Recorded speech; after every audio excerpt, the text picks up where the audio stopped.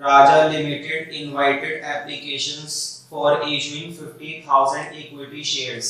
राजा limited ने कितने shares issue करे हैं? 50,000।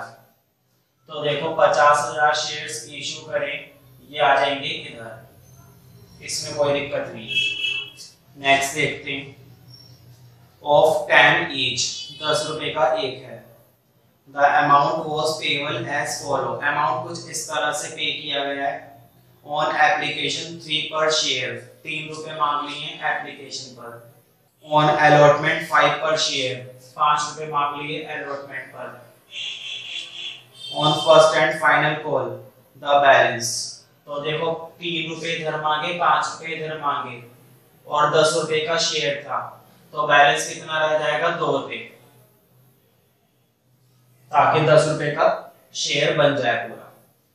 इसलिए applications for 70,000 shares were received, 70,000 की एप्लीकेशंस आई हैं। Allotment was made to all applicants on pro rata basis, एक ही बार में अलॉटमेंट पर प्रोराटा लग गया, तो 70,000 पर ही फाइनल हो गया 50,000। सिर्फ एक ही कैटेगरी बनी, यही बनी बस। नेक्स्ट देखते हैं, allotment was made to all applicants on pro rata basis, ये तो हमने कर दिया, प्रोराटा के बेस पर अलॉटमेंट हो गई। Excess money received on application was adjusted towards sum due on allotment. Ramesh who had applied 700 shares, देखो ध्यान से लिखा हुआ है, Ramesh who had applied 700 shares, कोई पर्सन था रमेश जिसने 700 शेयर्स के लिए अप्लाइड किया था, 700 शेयर्स के लिए अप्लाइड किया था। जरूरी नहीं है जो बंदा जितने शेयर्स के लिए अप्लाइड करता है उसको उतने शेयर्स मिल जाते हैं, ठीक है, जरूरी नहीं है। तो हमेशा ध्यान रखना, जब भी बुक के अंदर लिखा हुआ होएगा अप्लाइड, तो उस पर अंडरलाइन कर लेना, क्योंकि हमें अप्लाइड से कोई मतलब नहीं होता है। हमारा सबसे पहला काम होता है कि हम उस अप्लाइड को कन्वर्ट करेंगे अलॉटेड में, और अप्लाइड को अलॉटेड में कन्वर्ट करना बहुत इजी है।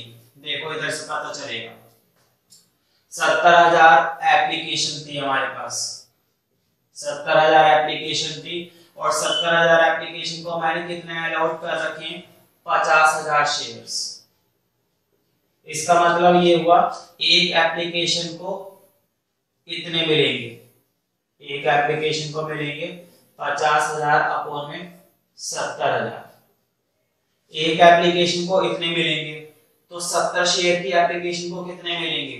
70 से कर दो, 700 से, सॉरी 4 जीरो ये सीधा गई, 7 से ये, तो इसको कितने शेयर अलॉट किए गए होंगे? 500। हमें इससे मतलब होता है, अप्लाइड से कभी भी कोई मतलब नहीं होता है। तो 700 शेयर्स के लिए इसने अप्लाइड करा था, लेकिन इसको सिर्फ कितने अलॉट किए गए थे? 500। आगे देखते हैं, डिड नॉट पे द अलॉटमेंट मनी, इसने अलॉटमेंट मनी नहीं दी है, इसका मतलब ये फेलियर किस पर है? अलॉटमेंट पर। और कितने शेयर से? 700 से नहीं आएगा, 500 से आएगा, क्योंकि फेलियर हम उससे दिखाते हैं जितने उसको अलॉट किए गए होते हैं, क्योंकि ये यहाँ पर कैटेगरी एक है, तो ये उसी से बिलोंग करता है, फर्स्ट कैटेगरी, ठीक है। और इसका नाम है रमेश, लिखना जरूर है। Did not pay the allotment money and on his failure to pay the allotment money his shares were forfeited, इसके शेयर्स को फॉरफिट कर दिया गया है, यहीं पर उसके शेयर्स को फॉरफिट किया गया है। ऊपर से लाइन आएगी, जब भी हम किसी के शेयर्स को फॉरफिट करते हैं तो लाइन ऊपर से आती है। 500 शेयर्स को फॉरफिट कर दिया, डबल। आगे देखते हैं, Afterwards, the first and final call was made. अब first and final call की गई है। Aadhar, who had been allotted 500 shares, did not pay the first and final call. एक बंदा और आ गया जिसका नाम है आधार, लेकिन इसको शेयर्स दिए गए 500। ध्यान से देखो, इसमें लिखा हुआ था who had been allotted, इस बार ये शेयर्स allotted थे, और ऊपर वाले में देखो यहाँ पर लिखा होता 700 शेयर्स अप्लाइड, तो अप्लाइड से मतलब नहीं होता है, अलॉटेड से मतलब होता है। और इस वाले क्वेश्चन में आधार के लिए अलॉटेड दे रखा है डायरेक्ट, तो ये फेलियर रहा है फर्स्ट एंड फाइनल कॉल पर। His shares were also forfeited, और अब इसके शेयर्स को भी फॉरफिट कर दिया गया है, तो लाइन आएगी ऊपर से, आधार के शेयर्स को फॉरफिट किया जाएगा, तो डबल है, ठीक है। Out of the forfeited shares 900 shares were reissued 8 per share, तो ये तो रेशियो का काम है, इसको बाद में देख लेंगे, पहले शुरू करते हैं, टास्क कंप्लीट कर लेते हैं। रिजेक्ट तो कुछ हुआ नहीं है, तो बैंक के कॉलम में कुछ नहीं आने वाला। 70,000 एप्लीकेशन को 50,000 शेयर दे दिए, कितनी एप्लीकेशन एडवांस की है, इधर देखो बोर्ड पे, 70,000 एप्लीकेशन को 50,000 शेयर ही दिए, 20,000 की एप्लीकेशन एक्स्ट्रा आई हुई है, तो ये एडवांस की एप्लीकेशन है। 20,000 एप्लीकेशन की 3 रुपए के हिसाब से अलॉटमेंट का एडवांस बन गया 60,000। अलॉटमेंट, क्योंकि ये फर्स्ट कैटेगरी का है तो लिखना जरूरी नहीं, क्योंकि एक ही कैटेगरी है हमारे पास बस, ठीक है। तो शुरू करते हैं, ध्यान से करेंगे काम, काफी बढ़िया क्वेश्चन है और आया हुआ भी क्वेश्चन है, ठीक है। तो सबसे पहले शेयर एप्लीकेशन से काम करते हैं। शेयर एप्लीकेशन के लिए एंट्री बन जाती है सबसे पहले, bank account debit to share application account, ठीक है। Bank account debit to share application account. तो देखो बैंक बनाना बहुत आसान है, ऐप टू ऐप करेंगे, 70,000 एप्लीकेशन की 3 से, ये हो जाएगा तुम्हारा 2,10,000। मनी रिसीव तो कर ली, अब ड्यू करनी है, और इसकी ड्यू करनी काफी आसान है। ये जो शेयर एप्लीकेशन दिख रहा है यहाँ पर क्रेडिट है, तुरंत डेबिट कर दो इसको। तो शेयर एप्लीकेशन अकाउंट डेबिट, तो जितना अमाउंट होता है ठीक वही अमाउंट आता है, 2,10,000, ये हो गया, ठीक है। अब देखो एक तो आता था टू बैंक, तो बैंक तो कुछ यहाँ पर है नहीं, तो बैंक तो डालेंगे नहीं, हाँ अब सीधा आ जाएगा टू शेयर अलॉटमेंट अकाउंट। और अगर फिलहाल यहाँ पर एक कैटेगरी लिखी हुई है, first category, second category, third category, कई बार 2-3 कैटेगरी होती है, तो सारा अलॉटमेंट का एडवांस यहाँ पर ऐड करके लिख देंगे। फिलहाल एक ही है, तो इसी को नोट करके यहाँ पर लिख दो 60,000। हाँ, और लास्ट में बचेगा शेयर कैपिटल। जब भी शेयर कैपिटल आए तो हमेशा एक वर्ड ध्यान रखो, एक्चुअल। वैसे तो इस क्वेश्चन में ना तो सिक्योरिटी प्रीमियम के बारे में बताया, ना ही डिस्काउंट के बारे में बताया है, तो हमें एक्चुअल की जरूरत नहीं है, तो सीधा शेयर कैपिटल बना लेते हैं। शेयर की मल्टीप्लाई एप्लीकेशन से, तो 50 की 3 से करेंगे 1,50,000, तो तुम देख सकते हो डेबिट और क्रेडिट बराबर है, ठीक है। अब आगे की एंट्री देखते हैं, आगे बढ़ते हैं शेयर अलॉटमेंट पर।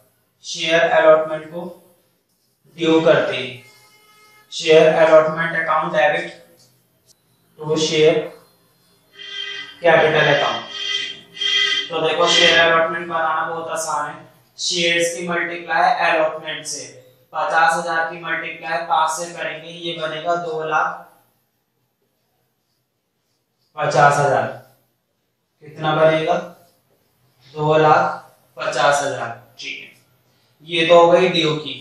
अब इसका अमाउंट रिसीव करना है, तो रिसीव करने के लिए हमें बनाना पड़ेगा इसका वर्किंग नोट। तो वर्किंग नोट के लिए स्पेस थोड़ा कम है, तो यहाँ पर वर्किंग नोट बना लेते हैं। नंबर 1 डालेंगे अलॉटमेंट, तो पहले अलॉटमेंट का ड्यू, तो देखो अलॉटमेंट का ड्यू अभी मैंने करा है 2,50,000। अब लिखेंगे लेस एडवांस, क्योंकि कुछ एडवांस आया हुआ है अलॉटमेंट का, देखो ऊपर ही लिखा हुआ है अलॉटमेंट का एडवांस है 60,000।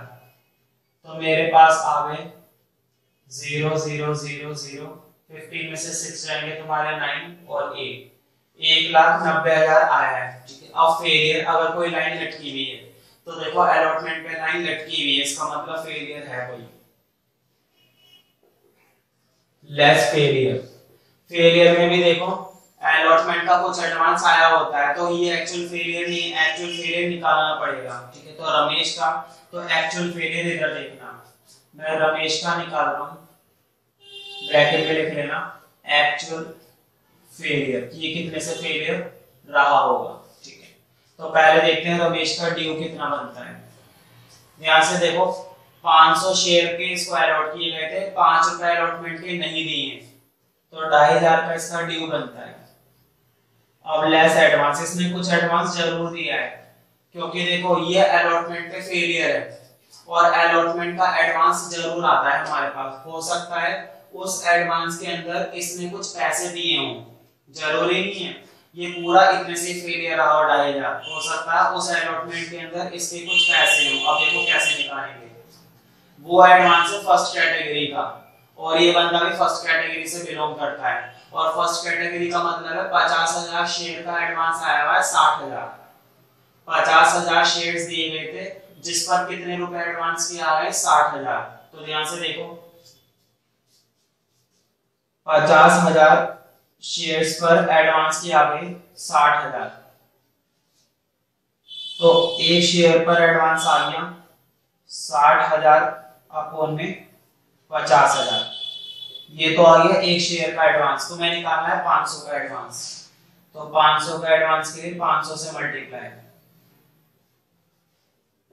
इसका मतलब ये हुआ इसने 600 रुपए दिए थे, बेचारे ने 600 रुपए दे रखे थे, टोटल नाम मतलब है उस पर छूटा, 15 में से 6 गए 9, 1900 से ये एक्चुअल फेलियर रहा है, ना कि 2500 से। ठीक है, तो वो एक्चुअल फेलियर यहाँ पर माइनस किया जाएगा 1900, 1 0 1 9 में से 1 8 और 8। ठीक है, तो इस तरह से ये काम तुम्हारा हो जाएगा, यानी कि अलॉटमेंट पर मुझे मनी इतनी मिली है। तो देखो जब मनी रिसीव कर ही लिए तो बैंक अकाउंट को कर दिया डेबिट और 2 शेयर कर देंगे, 2 शेयर कैपिटल। ठीक है, 2 शेयर शेयर कैपिटल नहीं, अलॉटमेंट का पैसा है, 2 शेयर अलॉटमेंट अकाउंट। तो बैंक कितना रिसीव कर लिया है 188,100। तो देखो अब आगे बढ़ते हैं, लेकिन देखो फर्स्ट कॉल पे जाने से पहले बीच में एक लाइन आ रही है, बीच में लाइन का मतलब है फॉरफिट किया गया है। तो अगर कोई भी लाइन बीच में आएगी तो पहले हम फॉरफिट करेंगे, और देखो लाइन के अकॉर्डिंग पता चल रहा है कि जो पहले रमेश फेलियर रहा था उसको फॉरफिट करना है। और मैंने पहले भी बताया था फॉरफिट करने की एंट्री बिल्कुल उल्टी होती है, ज्यादातर हम शेयर कैपिटल को क्रेडिट करते हैं, लेकिन फॉरफीचर के केस में शेयर कैपिटल को हम करते हैं डेबिट।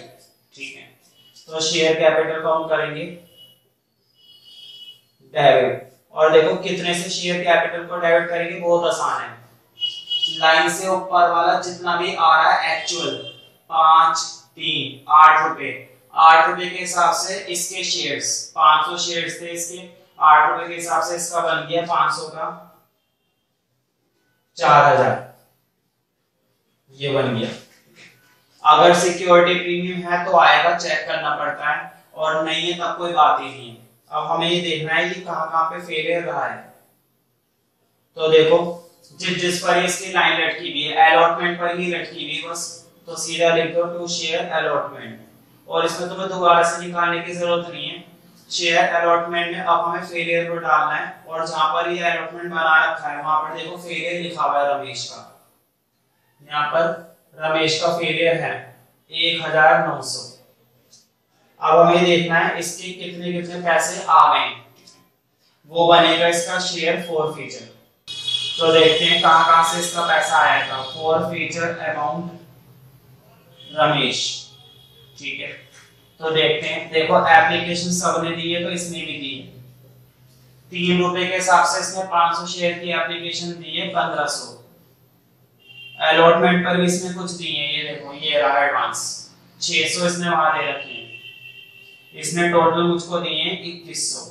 ठीक है, तो देखते हैं बराबर आता है, ये एंट्री बराबर होनी चाहिए, ये एंट्री हमारी डेबिट और क्रेडिट बराबर है। ठीक है, अब देखो फॉरफीचर तो हो गया, अब आगे बढ़ते हैं, आगे आ रही है फर्स्ट कॉल। अब फर्स्ट कॉल बनाएंगे, और फर्स्ट कॉल बनाना और भी आसान है, फर्स्ट कॉल बनाने में कोई खास प्रॉब्लम नहीं है। देखो इसकी एंट्री बहुत सिंपल होती है, share first call account debit to share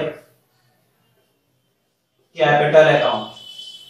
share first call, share की मल्टीप्लाई फर्स्ट कॉल से, 50,000 की मल्टीप्लाई 2 से 1 लाख बनेगा।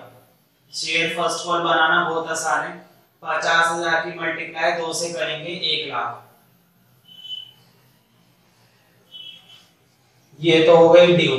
अब रिसीव करते हैं, तो जब भी रिसीव काम करो तो वर्किंग नोट में करो ये काम। तो देखो नंबर 2 पे अब मैं बना रहा हूँ फर्स्ट कॉल के लिए, तो पहले ड्यू, फर्स्ट कॉल का ड्यू अभी करा है, ये रहा 1 लाख। इस पे एडवांस होता नहीं है लेकिन फिर भी लिखने की आदत डालो, नेट डाल दिया करो। 1 लाख ही रहा। अगर फेलियर है तो ठीक है, देखो फेलियर है ना, लाइन लटकी हुई है। फर्स्ट कॉल पर जब भी कोई लाइन लटकी हुई हो तो समझ लो फेलियर है। और देखो 500 शेयर का फेलियर है लेकिन दूसरा बंदा है इस बार। पहले था रमेश 500 शेयर का, अब है आधार 500 शेयर का, तो 500 के हिसाब से 2 का। और इस पर कभी भी एक्चुअल नहीं निकालते हैं क्योंकि फर्स्ट कॉल का कोई एडवांस आता ही नहीं है। एक्चुअल हमें वहां पर निकालना पड़ता है जिसका कोई एडवांस आया हुआ होता है, ठीक है। फर्स्ट कॉल का कभी कोई एडवांस नहीं आता तो सीधा मल्टीप्लाई देकर माइनस कर दो। 1000 माइनस हो गया, ये बचेगा 99,000। तो इसका बैंक काफी आसान है, bank account debit to share first call 99,000।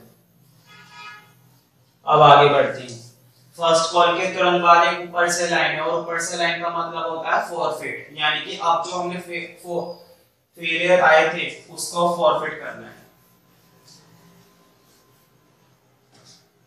और देखो फॉरफीचर में अभी भी मैंने बताया था, ज्यादातर हम शेयर कैपिटल को क्रेडिट करते हैं, लेकिन जब भी हम फॉरफीचर की बात करते हैं तो सारे काम उल्टे करते हैं। यहाँ पर फॉरफीचर के केस में हम शेयर कैपिटल को डेबिट कर देते हैं। तो शेयर कैपिटल को कर दिया डेबिट। तो देखो लाइन से ऊपर वाला सारा 2, 5, 3 कितना बन गया पूरा 10 रुपए। उस 10 रुपए की मल्टीप्लाई नीचे 500 से, जिसको हम फॉरफिट करने वाले हैं, तो 10 के हिसाब से बनेगा 5000। अगर सिक्योरिटी प्रीमियम है तो यहाँ पर आएगा, चेक करना पड़ता है पहले। फिलहाल यहाँ पर सिक्योरिटी प्रीमियम है नहीं, ठीक है। तो सीधा आ जाते हैं ये कहाँ पे फेलियर का है। कहाँ पे फेलियर का मतलब है इस 500 शेयर की लाइन किस पर लटकी हुई है। तो देखो आधार की 500 शेयर की लाइन केवल फर्स्ट कॉल पर ही है, तो केवल यही आएगा to share first call account. तो ये बनेगा तुम्हारा 1000। और अब हमें देखना है इसका कितना पैसा जब्त कर लिया गया है, इसके यहाँ से कितना पैसा हमारे पास आया है, तो वो अमाउंट निकालना पड़ता है। वर्किंग में लिखे करो, ठीक है, फॉरफिटेड अमाउंट, और ये अमाउंट है आधार का। देखो एप्लीकेशन तो सबने दी है, इसने भी दी है। 3 रुपए के हिसाब से इसने 500 शेयर की कितनी एप्लीकेशन दे दी होगी 1500, बिल्कुल ठीक। अलॉटमेंट, अलॉटमेंट पर ये फेलियर नहीं था, कोई और था, इसका मतलब अलॉटमेंट इसने दी है। ध्यान से देखो आधार जो था वो फेलियर आया फर्स्ट कॉल से, अलॉटमेंट पर ये फेलियर नहीं था, अलॉटमेंट पर तो कोई और बंदा है, तो 5 रुपए की इसने वहां पर दी है। 5 5 से 20, 2500 इसने वहां पर दी है।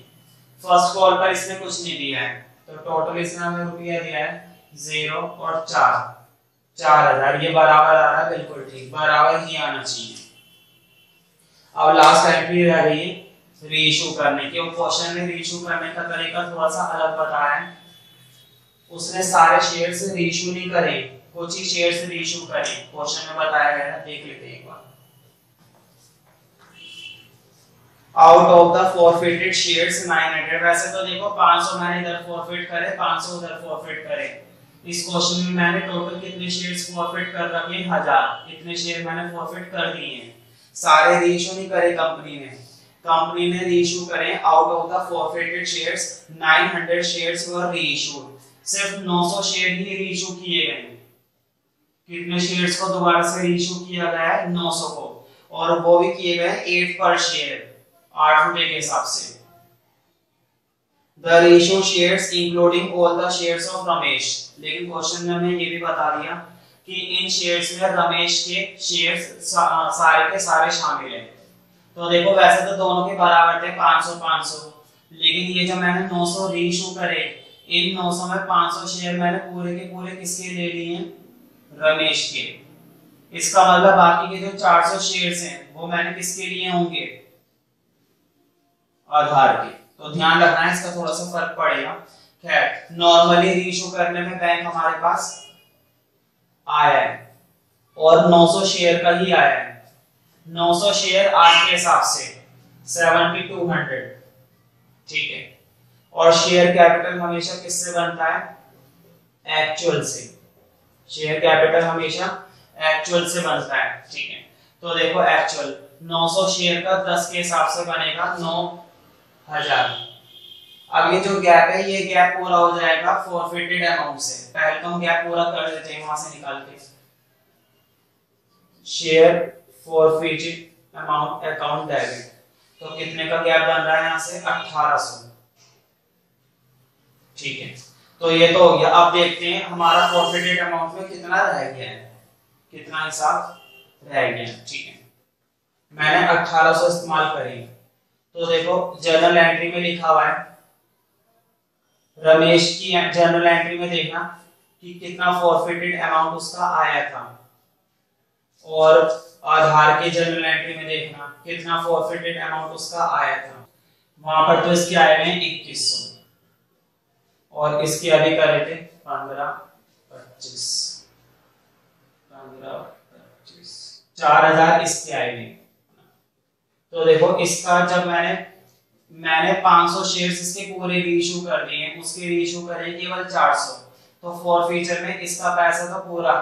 पहले हम देखते हैं कि लॉस कितना कितना बनता है, सेपरेट करके देखना पड़ेगा इस क्वेश्चन में कि कितना कितना लॉस बनता है। अगर हम सेपरेट करते हैं तो थोड़ी सी सावधानी बरतने की जरूरत है, वरना गड़बड़ हो जाएगी।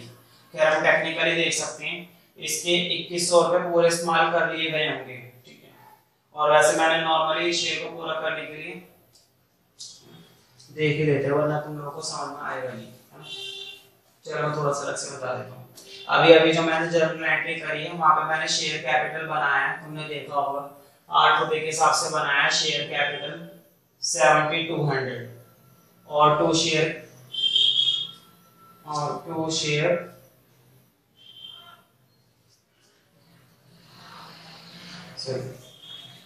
वहां पर अभी हमने बैंक बनाया है 7200, शेयर कैपिटल बनाया है और तुम्हारा 9000। तो ये जो गैप था, ये गैप मैंने पूरा करा है फॉरफिटेड अमाउंट से, वहां पर लिखा है। अब सेपरेट देखेंगे तभी समझ में आ पाएगा। अब देखते हैं कैसे इसने तोड़कर करा है। 900 शेयर री इशू करें, इसमें कोई डाउट नहीं है, नो डाउट। 900 शेयर्स को उसने री इशू करा है। इन 900 में 500 शेयर्स कंप्लीटली किसके री इशू कर दिए गए, रमेश के। और इन बाकी जो बचे 400 शेयर्स वो मैंने री इशू करे आधार के, वो आधार के री इशू किए गए। तो देखो जब रमेश के मैंने 500 शेयर इशू करें, वो भी 8 रुपए के हिसाब से करें, 400 शेयर्स इशू करें, वो भी 8 रुपए के हिसाब से करें, क्योंकि जो 900 शेयर्स है वो अल्टीमेटली किसके हिसाब से करें, 8 के हिसाब से। तो ये भी 8 के हिसाब से करा होगा, ये भी 8 के हिसाब से। देखो ये 8 के हिसाब से इतने बनते हैं 4000, और इसमें 8 के हिसाब से बनते हैं 3200, इतने बनते हैं ना।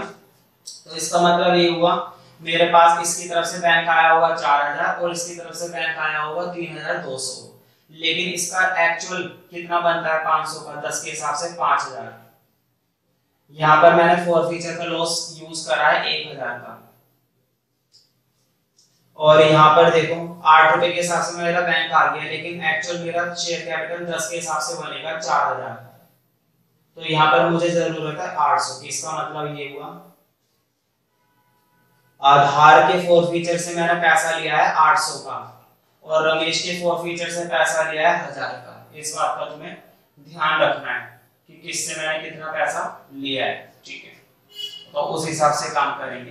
तो बताओ अगर मैंने 1000 रुपए वहां से ले लिए, ठीक है, कहां से भला, रमेश के फॉरफीचर से। तो रमेश का फॉरफीचर का पैसा तुम्हें मालूम है अच्छे से, रमेश का फॉरफीचर का पैसा आया हुआ था इतना, ठीक है 2100 रुपए। 2100 रुपए में से मैंने 1000 तो ले लिए, 1100 तो वहां से बच गए, लेकिन आधार के मैंने केवल 800 लिए। तो देखो उसके 500 शेयर का फॉरफीचर आया हुआ था 4000। एक शेयर का फॉरफीचर हो गया 4000 अपॉन में 500, तो 400 शेयर का इतना।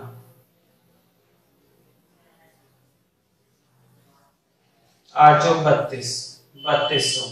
उसके 3200 में से मैंने 800 निकाल लिए, उसके 3200 फॉरफीचर में से 800 निकाल लिए, तो ये रह गए उसके 2400। 8 4 12, ठीक है। तो 24 और ये तुम्हारा कैपिटल रिजर्व में जाना चाहिए 3500। 3500 रुपए कैपिटल रिजर्व का अमाउंट है। एक बार मैं ये जरूर अलग से बता देता हूँ, ठीक है, थोड़ा इंपॉर्टेंट पार्ट है, वरना लास्ट एंट्री के बेस पर 2 नंबर कट जाएंगे, ठीक है। थोड़ा सेपरेट करके बता देता हूँ, इनकी जरूरत नहीं है। देखो कंपनी फॉरफिट किए गए थे 1000 शेयर्स, इतने शेयर्स को फॉरफिट किया गया था, जिसमें 2 बंदे के शेयर शामिल थे, रमेश के शामिल थे 500 शेयर, आधार के शामिल थे 500 शेयर, ठीक है। इसका फॉरफीचर का पैसा आया हुआ था 2100, इसका फॉरफीचर का पैसा आया हुआ था 4000। अब क्वेश्चन ने कहा है कि 900 शेयर ही इशू किए गए हैं, जिसमें 500 पूरे के पूरे शेयर तो रमेश के ले लिए हैं, और इसके बचे हुए हैं केवल 900 शेयर्स के हिसाब से इसके बचे हुए हैं 400, ठीक है। और दोनों को 8 रुपए के हिसाब से ही इशू किया गया है, तो 8 रुपए के हिसाब से बैंक हमारे पास 4000 आया होगा, और यहाँ पर 8 रुपए के हिसाब से बैंक आया होगा 3200। लेकिन शेयर कैपिटल तो एक्चुअल देखेंगे, एक्चुअल इसका 500 का बनता है 10 के हिसाब से 5000, ये है शेयर कैपिटल, और इसका बनता है शेयर कैपिटल 4000। तो ये जो गैप है ये होता है लॉस, ये फॉरफिटेड अमाउंट से पूरा होता है। देखो 4000 बैंक आया, बनता है 5000, ये जो लॉस आया 1000 का, ये 1000 रुपए पूरे किए जाएंगे फॉरफिटेड अमाउंट से। बनते आए हैं 32 और बनते हैं 4000, यहाँ पर 800 का गैप आ गया है, ये 800 पूरे किए जाएंगे फॉरफिटेड से। इसमें तो दिक्कत नहीं है। देखो हमें मालूम है फॉरफिटेड का जो अमाउंट था रमेश का 500 शेयर का आया हुआ था 2100, उस 2100 में से हमने 1000 इस्तेमाल कर लिए, तो उसके फॉरफिटेड में रह गए 1100। ये उसका फॉरफिटेड का भी बैलेंस बाकी है, जो कहां पर भेजा जाएगा कैपिटल रिजर्व में, कोई डाउट नहीं इसमें, है ना। यहाँ पर तो हिसाब सीधा सीधा हो गया, क्योंकि इसके सारे शेयर्स को इशू किया गया है 500।